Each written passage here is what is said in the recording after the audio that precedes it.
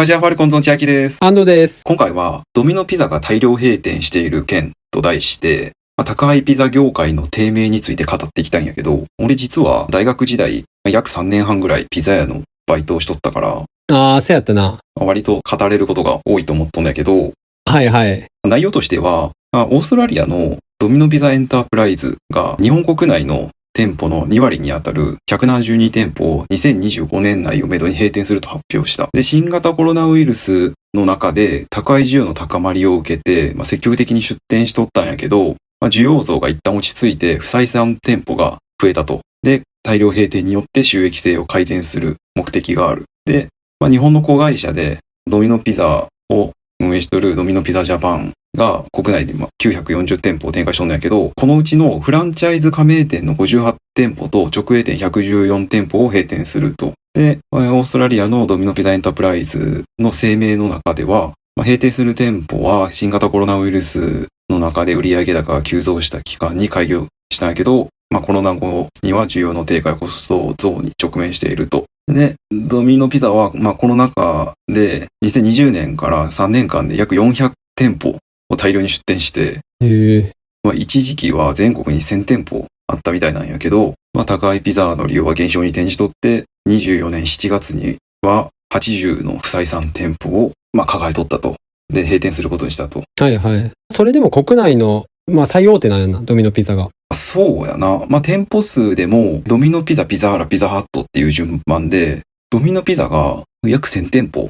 さっき言った通りなんやけど、2番手がピザーラで592店舗なのな。結構な差あるよな。それでも。閉店しとるといえど。そうそう。で、その後に続くピザハットが540店舗と。だから、ピザーラとピザハット2つ足して、ようやくドミノピザと並ぶぐらいの感じなの。そんなに差あるとは知らんだけどな。イメージとしてはな、国内だとピザーラが一番大きいんかなと思っとったんやけど。そうそう、国産やしな、ピザーラが。でも、実際に、日本で一番最初に宅配ピザを始めたのはドミノピザで、恵比寿に初めて出店したらしいんやけどな、東京の恵比寿。で、バカ売れしとったらしいよ、当時は。そうなんや。で、日本でもドミノピザなんやけど、そもそも世界で一番最初の宅配ピザっていうのもアメリカで1960年にドミノピザが始めとって、ドミノピザが先駆けなの、宅配ピザの。ちなみに日本で初めて恵比寿に出店した時は、30分以上配達にかかった場合は無条件で500円オフのクーポンを配布しとったらしい。そうなんや。30分でなかなかやけどな。今はドミノピザが閉店しとるけど、一時は47都道府県全部にドミノピザを出店しとったみたい。なるほどね。で、今は閉店したからなくなったみたいやけどな、2024年には山形県内にあったもう全3店舗閉店したとか。山形がないんや。今ってさ、ウーバーイーツとかさ、あと、それ以外出前館とか、いろいろフードデリバリーのサービスがあってさ、昔はさ、宅配の飲食のサービスっつったら、ピザか寿司か。そうやな。ぐらいのもんやった。蕎麦とか。代名詞やったよな。確かに今選択がいろんなできるからな。それこそウーバーとかも発達してきてさ。デリバリーのネットワークがさ、広がりすぎて選べやんところがないぐらいの感じじゃん。確かにそういうのもあるかもしれんな。だったらわざわざその高いピザを頼もうとは思わんよな。そもそもピザってな、一人暮らしで食うもんでもないしな。個人的な意見やけど。そうやな。普通に単価で言うとピザ1枚で1500円から2000円ぐらいかかるからな。高級品と思われとるのもそうやし、でもたまに無償に食べたい日があるけど、ピザって定期的に。わかるけどさ、もうピザってさ、結構もうスーパーでもさ、惣菜として売っとってさ、冷凍ピザもあるし。売っとるな。しかもスーパーとかコンビニのピザって安いからな。冷凍ピザ。安いしな、レベルも結構高いんよな、今ってスーパー。わかるわ。テレビとかでな、取り上げられてるけど、OK ストアとか結構有名なんよな。はいはい。ピザのレベルが高いっつって格安スーパーなんやけど、だからわざわざデリバリーしてもらってな、1.5 倍、もしくは2倍ぐらいの、もっとか2倍以上するようなピザを頼む人もなかなかおらんわな。確かにな。昔ってか今も多分やってると思うけど、一人向けのピザのサービスもドミノピザやっとったんやって。俺が食った時は。今はドミノ弁当みたいな名前になったのかな。昔はマイドミノってやつやったんやけど、で、確かに安いんよ。800円とか900円なんやけど、ただ、めちゃくちゃちっちゃかったな。その時食べた記憶やったら。さすがに。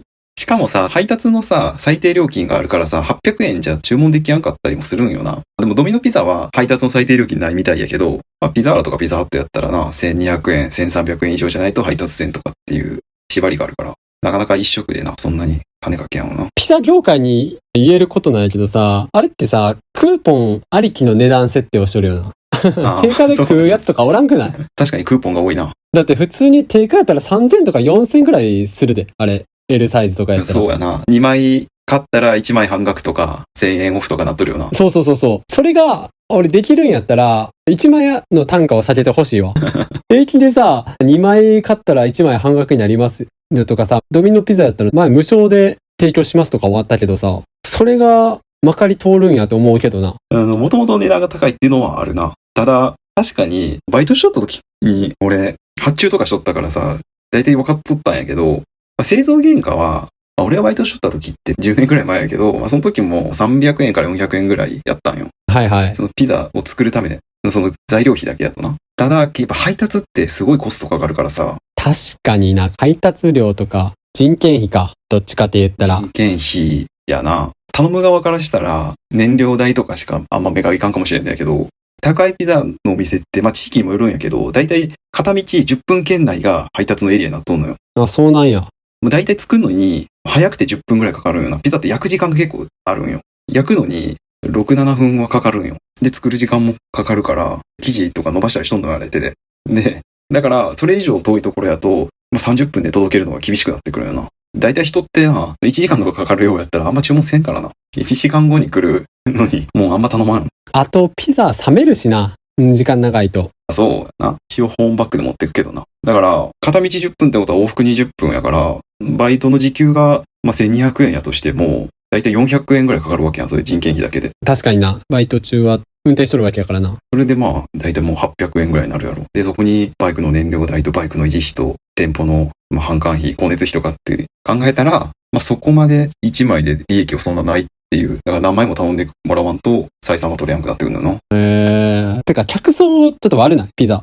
客層悪い。めっちゃ客層悪いと思うで。俺も一言言えるか分からんけどさ、めっちゃピザ屋の店員にさ、文句を言う客をさ、それこそ X とかで見てさ、すごい界隈っていうか、民度がちょっと低いなって思ったんやけど。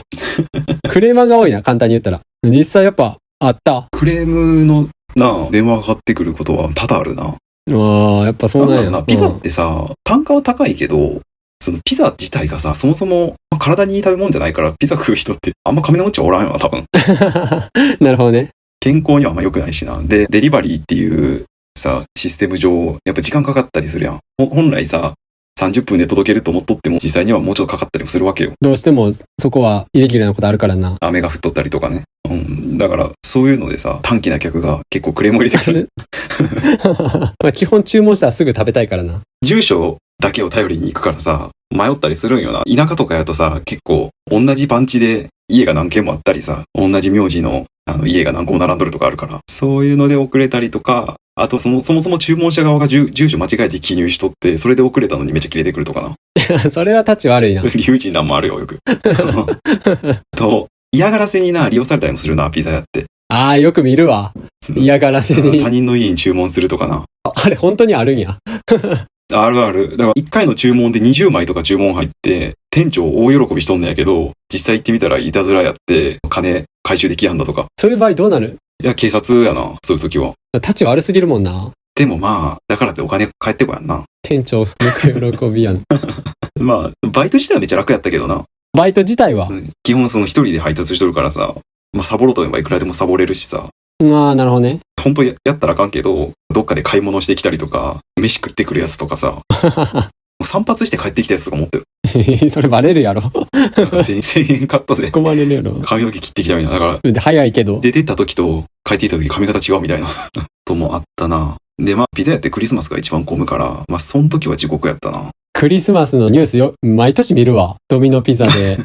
頼んだのに3時間待っても来ませんでしたとか、電話が繋がりませんとか。いや、それも客もそういうの分かっとってやっとるやろ、あいつら。マジでずっと注文やまんからな、あれ。見たぞ、俺記事。クリスマスでドミノピザ頼んだのに、ドミノピザが来なくて子供たちのクリスマスパーティーができませんでしたとか。それ前もって頼んどかなあかんのよ、あれ。何日も前から注文すんのよ、ああいうのって。あれなんでなんやろな。てか、そもそもクリスマスにピザを食う習慣ってなんなんやろな。俺も、だからバイトするまで知らんだな。そんな風潮があるってこと自体。でも、思った以上にクリスマスイコールみたいになっとるよな。チキンか、ピザか、みたいな。まあ、チキンとピザ食って、あとケーキも食ってみたいな感じなのかな。かな。チキンはわかるけど、ピザはよくわからん。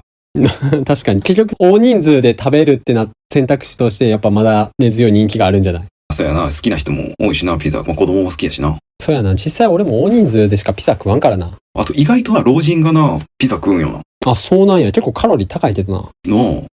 ピンポン押したらすごいババアが出てきたみたいなさ。意外と年寄りは、まあごちそうっていうイメージがあるよな、やっぱな。特に年寄りの中では。なんだかんだピザって根強い人気あるからな。ピザ嫌いな人ってあんま聞いたことないもん。